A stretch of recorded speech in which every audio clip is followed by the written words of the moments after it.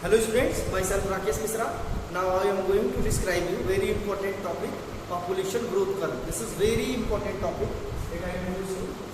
A very important topic, population growth curve. There are some numerical derivation and also the key explanation and having the different kinds of graphs exist for this topic.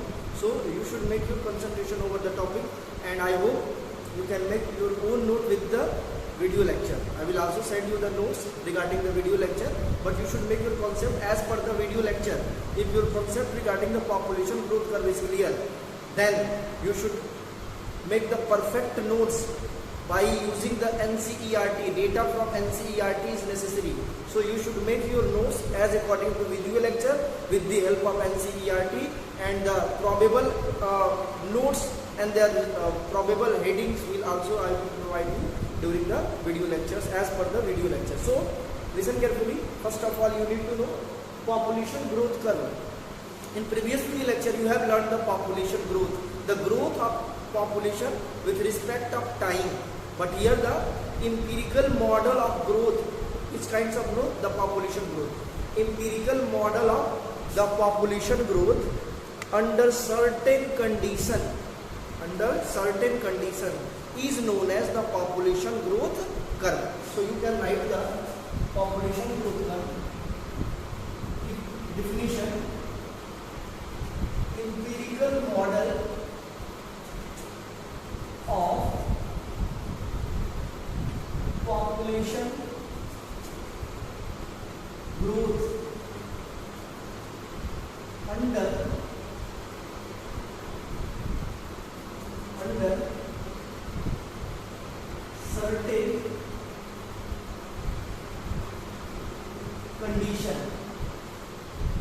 certain condition called as the population growth curve. Let I cover the overall definition. अब student को ये कैसे sir notes नहीं लिख पा रहे हैं, notes video lecture के साथ मैं हमेशा आपको प्रोवाइड कर देता हूँ, बावजूद इसके सर नोट्स दिख नहीं रहा है, नहीं ऐसा नहीं होना चाहिए, ठीक है। Empirical model of population growth under certain condition is known as population growth curve, ठीक है। आगे is known as population growth curve आप लिख लेंगे। अब यहाँ तक तो सही है, empirical model, graphical representation, the graph plot between the population density and time t to under the certain condition is known as population growth curve. So there are so many ways to define the population growth curve. One more definition is required to write about the population growth curve. The graphical representation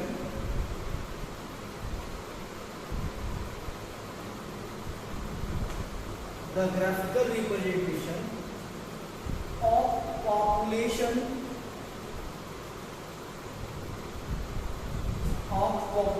growth rate with respect of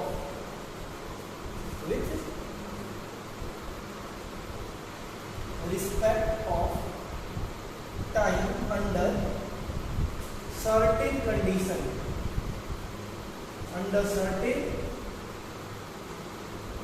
condition called population growth curve. I hope अब आपको पूरी अच्छे से समझ में आ गया होगा, कोई प्रॉब्लम नहीं, ठीक है। अब आते हैं वो सर्टेन कंडीशन कौन है भाई, बार बार दोनों में एक कॉमन चीज आया, सर्टेन कंडीशन यहाँ भी, सर्टेन कंडीशन को भी चेक कर लेते भाई, उसकी बीमारी खत्म कर दे। पॉपुलेशन समझ में आ गया, पॉपुलेशन ग्रोथ कर्व समझ में आएगा। सर्टेन कंडीशन तो आप हेडिंग डालिए कॉपी में, factor affecting population growth curve और condition necessary for population growth curve. Factors affecting population growth curve, population growth curve और condition necessary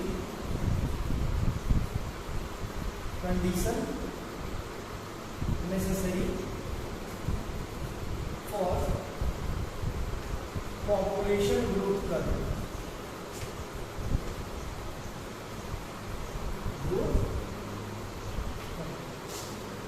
अब कौन सा वो बीमारी था जो दोनों में आ गया और उसको सॉल्व कैसे करेंगे, कौन कौन से कंडीशन है। देखो, तुम्हारे सिलेबस में जानते हो बहुत सारे कंडीशन होते हैं, जैसे availability of natural resource, availability of natural resource, the biotic, abiotic factors, so many things that can affect the growth of population. So everything that you can mention, the natural resource,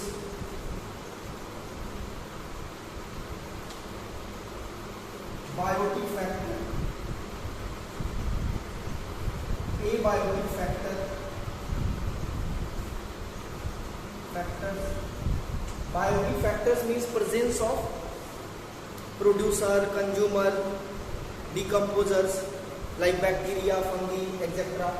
Abiotic factors like rain, water, soil, air, so many abiotic factors that may affect the population growth. Population growth हो रहा है, population growth हो रहा है, कभी corona virus फैल गया, 4.5 लाख 5 लाख हो गए, तो डेली बाय डेली अफेक्टेड हो रहा है, 2 लाख 4 लाख रोज मर रहा है, तो पॉपुलेशन ग्रोथ घटेगा बढ़ेगा, तो ये बायोटिक फैक्टर हो गया।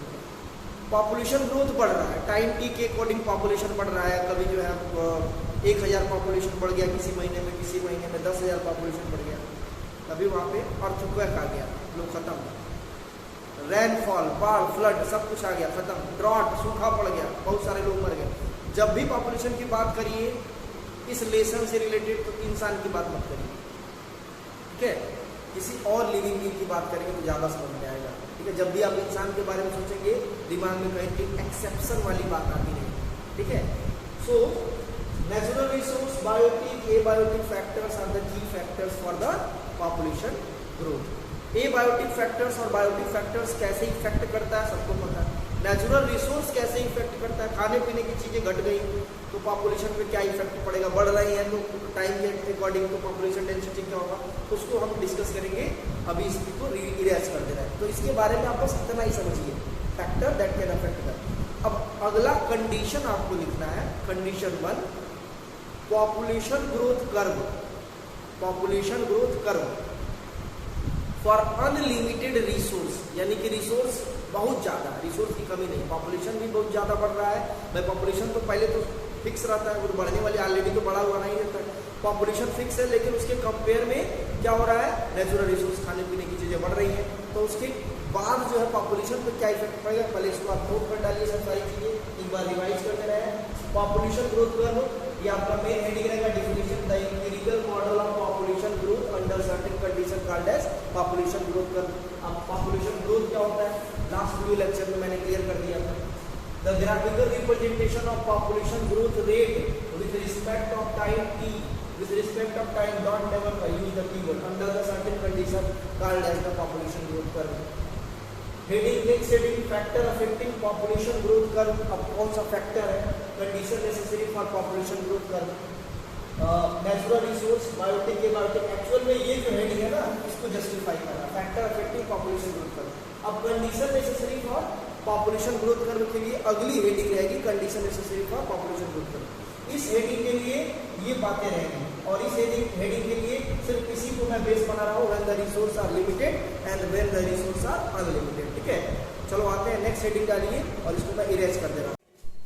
Now the population growth curve when the resource are unlimited, this is very important for you and this is very important for board examination. Listen, population growth curve when the resource are unlimited. As you all know, natural resources are important to us for the growing population, for the growth of our body. Natural resource means the food item that we gain from the nature. Every food item that we gain from the nature are belong to natural resource. So natural resource when the unlimited. Suppose that अगर food items, food की supply किसी population में बहुत ज्यादा हो रही है, बहुत ज्यादा, कम हो ही नहीं रही है, लगातार कॉन्टिन्यूअस जो है फूड की सप्लाई हो रही है, होती जा रही है, तो एब्सोल्युटली उसमें पॉपुलेशन ग्रोथ बढ़ता रहेगा। पॉपुलेशन ग्रोथ इफेक्ट कब होगा, जब फूड की सप्लाई एकदम कांस्टेंट हो जाए, रोक दिया जाए, लो कर दिया जाए, तो उसी हिसाब से पॉपुलेशन जो डेंसिटी है, पॉपुलेशन ग्रोथ है, वो भी कांस्टेंट हो जाएगी, रुक जाएगी या फिर डिक्रीज हो जाएगी। जैसे हम फूड की सप्लाई फिर बढ़ाएंगे, फिर पॉपुलेशन बढ़ता रहेगा। जैसे खेतों में देखते हो कि जैसे ही खाद पड़ता है तुरंत ग्रो करना शुरू हो जाता है, गेहूं, धान, सब कुछ, उससे पहले सब कुछ एकदम अपने, ऐसा नहीं कि ग्रोथ नहीं हो रहा है बहुत छोटे अमाउंट में। तो ये पॉपुलेशन ग्रोथ कर्व को समझने के लिए हमको एक ग्राफ प्लॉट करना पड़ेगा, और वो ग्राफ काफी इंपॉर्टेंट है। ग्राफ को समझने पहले यहाँ पे मैं बता दे रहा हूँ, सपोज दैट मैं दो लाइन खींचती हूँ, as you all know graph पे बेसिकली दो लाइन ही होते हैं, ठीक है। This line represent the population density and this line represent the time T. So as you all know when anything can compare as with rate of time then there as with time then there will be the rate. Population density time के according बढ़ रहा है घट रहा है, यानी population density को time के अकॉर्डिंग अगर कंपेयर करेंगे तो बोलेंगे पॉपुलेशन डेंसिटी, ठीक है। तो डे बाय डे अगर नेचुरल रिसोर्स बढ़ रहा है तो पॉपुलेशन डेंसिटी एब्सोल्युटली बढ़ना है, लेकिन हम एक लिमिट्स, एक हाइपोथेटिकल लाइन को लिमिट्स के थ्रू रिप्रेजेंट करते रहे। यहाँ पे इस ग्राफ पे ये इस इकोसिस्टम में मैं एक लाइन रिप्रेजेंट कर दिया हूं, जो ये रिप्रेजेंट कर रहा है, इस लाइन को प्लॉट कर दिया हूं जो ये रिप्रेजेंट कर रहा है कि उस पार्टिकुलर इकोसिस्टम में क्या लिमिट्स अगर होगा तो क्या लिमिट्स होगा, मतलब कितने अमाउंट में नेचुरल रिसोर्स अवेलेबल होंगे खाने पीने की। हालांकि ये अनलिमिटेड रिसोर्स है, फिर भी हम यहाँ पे एक लाइन, हाइपोथेटिकल लाइन यहाँ पे बना दी है कि अगर लिमिट्स होता भी तो कितना होता और उसको क्या बोलते। तो इसको मैं बता, इसको बेसिकली के से रिप्रेजेंट कर रहा है, और क्या रिप्रेजेंट कर रहा है, के रिप्रेजेंट कर रहा है लिमिट्स ऑफ रिसोर्स, ठीक है, लिमिट्स ऑफ नेचुरल रिसोर्स। हालांकि इसमें कोई वैल्यू नहीं है, लिमिट्स अनलिमिटेड है, मतलब नेचुरल रिसोर्स क्या है, अनलिमिटेड है। When the natural resources are unlimited, absolutely the overall growth of population density will be unlimited. यानी कि इस लिमिट से भी ऊपर पॉपुलेशन डेंसिटी बढ़ती जाएगी, डे बाय डे ये पॉपुलेशन डेंसिटी यहाँ पे बढ़ती जाएगी, ठीक है। तो यहाँ पे जो कर्व मीन्स एक जो कॉर्नर मिलता है, जो बीच की लाइन मिलती है, इसको कर्व बोलते हैं। ये जो कर्व मिलता है ये somehow J shape graph exam में आता है। जे शेप ग्राफ कब मिलता है, when the resource are unlimited. लेकिन ये ए का मतलब क्या है, कभी कभी एक ही तरह के ग्राफ में, लिसन ध्यान से सुनिए, एक ही तरह के ग्राफ में अनलिमिटेड और लिमिटेड, जैसे एनसीईआरटी बुक में क्या ए और बी करके दे दिया है, तो ए क्या रिप्रेजेंट कर रहा है, वहां पे ए रिप्रेजेंट कर रहा है when the resource are unlimited, और बी क्या रिप्रेजेंट कर रहा है, रिसोर्स आर लिमिटेड। रिसोर्स जब लिमिटेड होगा तो इस लिमिट के अंदर ही ग्रोथ होगा, और रिसोर्स जब अनलिमिटेड होगा तो रिसोर्स के ऊपर। तो यहाँ पे मैं के इसलिए रिप्रेजेंट, हालांकि यहाँ पे अनलिमिटेड में के का कोई रोल नहीं है, कभी नहीं है। जब हम लिमिटेड दिखाएंगे तब के को दिखाएंगे यहाँ पे, ठीक है। ये के रिप्रेजेंट कर रहा है लिमिट्स ऑफ रिसोर्स, यहाँ कोई वैल्यू नहीं है क्योंकि अनलिमिटेड रिसोर्स है, लेकिन हम एक हाइपोथेटिकल लाइन बना दिए। जैसे कोई कह दिया है तुमको, कोई एक टर्म बोले, स्टेटमेंट्स बोले कि अपनी सीमा में रहो। अब सीमा कितने में रहेगा, 1 किलोमीटर में रहेगा, 2 किलोमीटर में रहेगा, 5 किलोमीटर में रहेगा। जो 1 2 3 4 5 है वो क्या है, एक बॉर्डर, एक लिमिट्स है। और अगर आप अपने बॉर्डर में नहीं रह रहे हैं तो आप 1 2 3 4 5 से कितना आगे जाएंगे कोई गारंटी नहीं। तो सिमिलरली यहाँ पे मैंने लिमिट्स डिसाइड कर दिया। अब इसके ऊपर ये कितना जाएगा, ये डिपेंड करेगा कि रिसोर्स कितना है। रिसोर्स बढ़ रहा है कंटिन्यूअस, रिसोर्स अनलिमिटेड है। तो यहाँ पे हमको एक ग्राफ मिल गया जो इंपॉर्टेंट है, J shape, somehow the J shape graph obtained.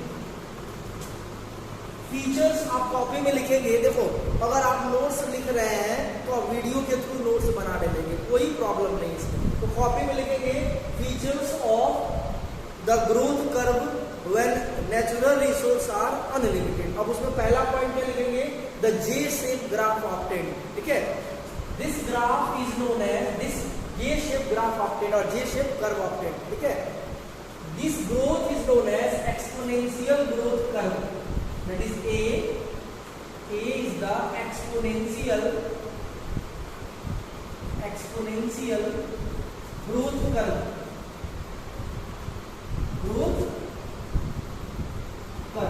Exponential growth curve. A is the exponential growth curve.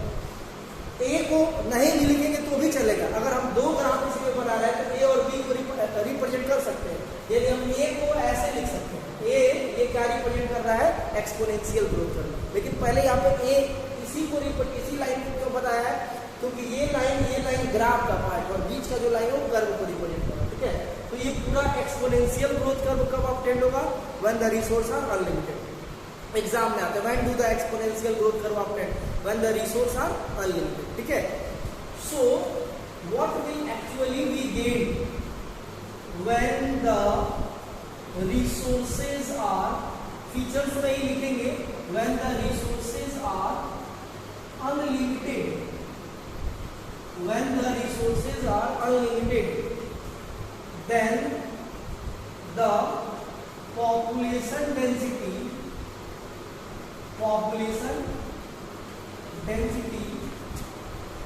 will increase day by day with respect of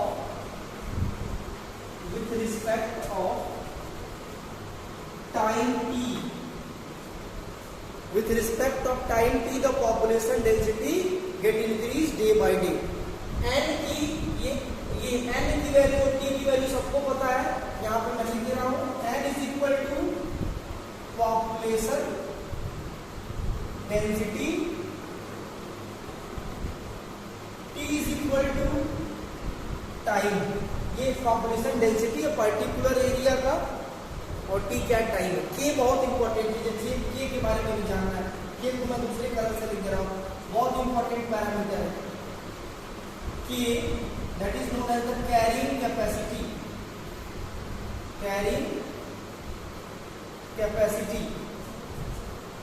is the important parameter to know the rate of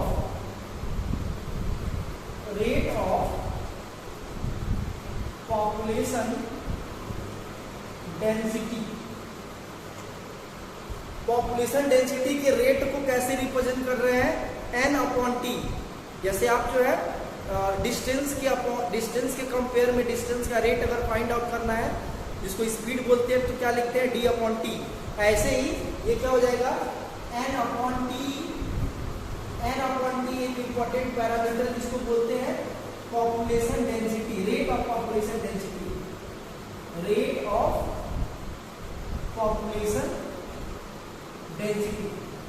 किसी का भी rate अगर find out करना तो time के respect में ही find out करते हैं। क्लियर ना, ये बातें लिख लीजिए, मैं बोल दे रहा हूँ n is equal to population density, t is equal to time. और इसके बारे में बहुत कुछ टाइम इंपॉर्टेंट कर दे रहा हूँ कि carrying capacity is the important parameter to know the rate of population density. अब इसके बारे में इसका डेफिनेशन ये नहीं है, ये तो अभी इसका मैंने बखान किया, इसका यहाँ पे इसका मैं डेफिनेशन लिख दे रहा हूँ, इसका के का मैं यहाँ पे डेफिनेशन लिख दे रहा हूँ कि और carrying capacity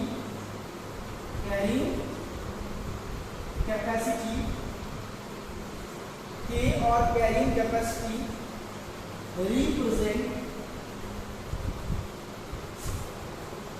the limits of natural resource.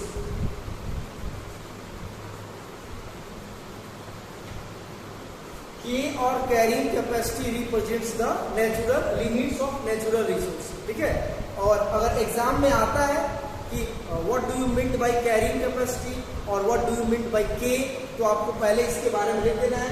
के इज द इंपॉर्टेंट पैरामीटर और carrying capacity is the important parameter to know the rate of population density, which may defined as the capacity, carrying capacity may be defined as the limits of natural resource, which represent the limits of natural resource। तो ये कुछ important term हो गए, important points हो गए। But यहाँ पे dn upon dt, ये जो n अपॉन t लिखा हुआ है, ये कॉन्टिन्यूअस यहाँ पे चेंज हो रहा है, टाइम भी चेंज हो रहा है और पॉपुलेशन डेंसिटी भी चेंज हो रही है। तो उसके केस में क्या होगा, then the rate of population density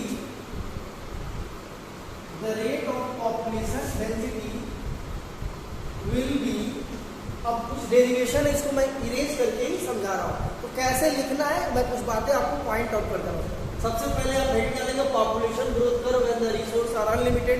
इसके बारे में लिखेंगे कॉपी में, as we know that when the resource are unlimited and grow day by day, then as per the growing rate of natural resource population density में increase and which can be represented with respect of time as given below. इसके बाद ये लिखेंगे, फिर से मेरे voice को फिर से इस वीडियो को रिवर्स करेंगे और वो बातें नोट कर लेंगे। उसके बाद क्या लिखेंगे, उसके बाद ग्राफ प्लॉट कर देंगे अच्छे से, फिर लिखेंगे features of the population growth curve when the resource are unlimited, तो ये लिखेंगे the S shape graph, the J shape graph obtained, it is known as the exponential growth curve. इसमें लिखेंगे figure showing exponential growth curve. उसके बाद क्या लिखेंगे, ये बात नहीं लिखेंगे, ये बातें लिखेंगे। इसमें एन, टी और के की वैल्यू लिखने के बाद, ये इतनी बात लिखने के बाद जैसे जे और ए की वैल्यू लिखे हो वैसे ही एन, टी और के की वैल्यू लिख देंगे, तब जाके ये लिखेंगे, तब जाके लिखेंगे। और क्या लिखेंगे, when the resources are unlimited then the population density will increase day by day with respect of time t, then the rate of population density will be, अब इसको मैं इरेज कर दे रहा हूँ ताकि रेट ऑफ पॉपुलेशन डेंसिटी को हम लिख सके। रेट ऑफ पॉपुलेशन डेंसिटी को यहाँ पे हम लिख दे रहा हूँ, ठीक है। रेट ऑफ पॉपुलेशन डेंसिटी क्या होगा, dn अपॉन dt हो जाएगा, क्योंकि dn यानी कि d मीन्स क्या हो गया, डिफरेंस इन पॉपुलेशन डेंसिटी। मैंने बोला कि पॉपुलेशन डेंसिटी अब फिक्स नहीं रह गया, रेट के लिए फिक्स रेट के लिए fix rate of population density, fix rate of time के लिए हम हम n अपॉन टी लिख सकते हैं। लेकिन अगर पॉपुलेशन डेंसिटी भी डे बाई डे चेंज हो रहा है और टाइम भी डे बाई डे चेंज हो रहा है, तो क्या होगा, dn अपॉन dt। ये d हमेशा कब लगाते हैं, जब डिफरेंस आता रहता है वैल्यू में।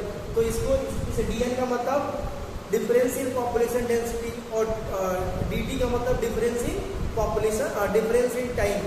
सो ओवरऑल ये क्या रिप्रेजेंट कर रहा है, difference in rate of population density, difference in rate of population density. Population density अगर डे बाई डे चेंज होगा, rate of population density day by change होगा, तो पॉपुलेशन डेंसिटी का वैल्यू भी बदलता रहेगा और टाइम की भी वैल्यू बदलती रहेगी, ठीक है। इज इक्वल टू, ये कितना होगा, b minus b multiply n। यहाँ पे नया लोच आ गया, b क्या है बाई d क्या है, ऐसा फाइंड आउट किया गया। किसने फाइंड आउट किया था, according to natural selection of Darwin theory. Darwin ने की बहुत पॉपुलर बुक थी, origin of species by means of natural selection, जो आपको इस साल नहीं पढ़ने इवोल्यूशन में। उन्होंने फाइंड आउट किया कि nature's play important role to select the living organisms and their population and their natural resource are directly proportional to the growth of population density. It means if the population density get reduced, it directly means they are reducing, they are having the reducing natural resource. If the natural resource increase, absolutely the population density on the particular area get increase. यानी कि उन्होंने बताया कि अगर population density, अगर किसी particular area में natural resource बढ़ रहा है तो सीधी सी बात है वहाँ पॉपुलेशन ज्यादा होगा।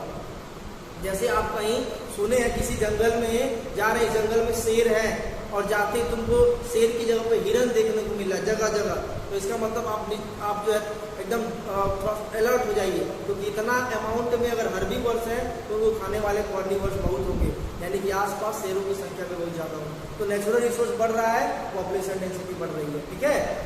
तो ये पॉपुलेशन डेंसिटी भी चेंज हो रहा है, dn means changing population density, dt means changing time, ठीक है। यहाँ पे लिख दे रहा हूँ, dn is equal to changing population density and dt is equal to changing time। आप इसी के अकॉर्डिंग नोट्स नोट करेंगे, मैंने बताया था पहले ये लिखेंगे, उसके बाद जो है then the rate of population density, उसके बाद dn upon dt equal to b minus d multiply n लिखेंगे। अब यहाँ पे b और d क्या है इसको मैं बता दे रहा हूँ, ध्यान से सुनो।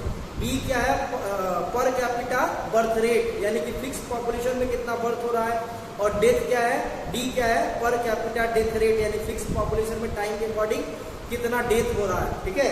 तो ये दोनों की मैं वैल्यू लिख दे रहा हूँ यहाँ पे, घबराइए मत। b is equal to per capita birth rate, per capita birth rate, and d is equal to per capita death rate. तो ये दो चीजें मैंने बता दिया, यानी कि टोटल जितने बर्थ कर रहे हैं time to time, time to time, और टोटल जितना वहां पे मर रहे हैं टाइम टू टाइम, तो उस दोनों को मैंने टोटल बर्थ में से टोटल डेथ को घटा देंगे और उसका बाद फिक्स पॉपुलेशन में यानी अर्ली पॉपुलेशन के साथ मल्टीप्लाई कर देंगे, तो हमारा dn अपॉन dt की वैल्यू आ जाएगी, ठीक है।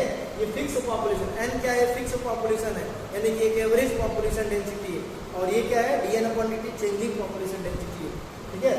चलो आते हैं नेक्स्ट। अब यहाँ पे एक पैरामीटर और आ जाता है कभी कभी dn upon dt is equal to b minus d के लिए कांस्टेंट वैल्यू आती है जिसको बोलते हैं r, तो ये हो जाएगा rn bn b by D, b minus d के लिए एक वैल्यू आती है b माइनस डी के लिए एक वैल्यू आती है r, ये बहुत इंपॉर्टेंट है। b माइनस डी के लिए जो वैल्यू आती है r वो बहुत इंपॉर्टेंट है। अगर b minus d is equal to small r तो हमारा एक पॉपुलेशन चेंजिंग पॉपुलेशन डेंसिटी का एक फिक्स फॉर्मूला हमको मिल जाता है dn upon dt is equal to rn। अब यहाँ पे दिक्कत ये हो गई, फिर r कहाँ से लोचा आ गया? आप वीडियो के साथ बने हुए शुरू से ही तो जान रहे हैं dn upon dt is equal to n d bd, ये सब कैसे आया। लेकिन यहाँ पे r वैल्यू कब आया और क्यों आया, इसका क्या नाम है? r वैल्यू तब आता है जब b माइनस डी को घटाते हैं, और जो r है उसका नाम है intrinsic rate of natural resource, और उसको डिफाइन करेंगे, इसको आप इरेज कर देना है, ठीक है, ताकि r की वैल्यू हम फाइंड आउट कर लें। इसको आप नोट कर लीजिएगा अपने लैंग्वेज में, ठीक है। जैसे ये r बहुत इंपॉर्टेंट है और एग्जाम में आता है। r क्या है भाई? Intrinsic rate of natural increase, intrinsic rate of natural increase, और इसको डिफाइन भी किया जाता है, ठीक है। क्या लिखेंगे? Small r is the important parameter to know the rate of population density. इसके लिए भी वही बातें लिखेंगे जो कैरिंग कैपेसिटी के लिए लिखा था, लेकिन जब डिफिनीशन उसके लिए भी अलग था और इसके लिए भी अलग लिखेंगे। इसके लिए क्या लिखेंगे? Intrinsic rate r can be defined as the total abiotic and biotic factors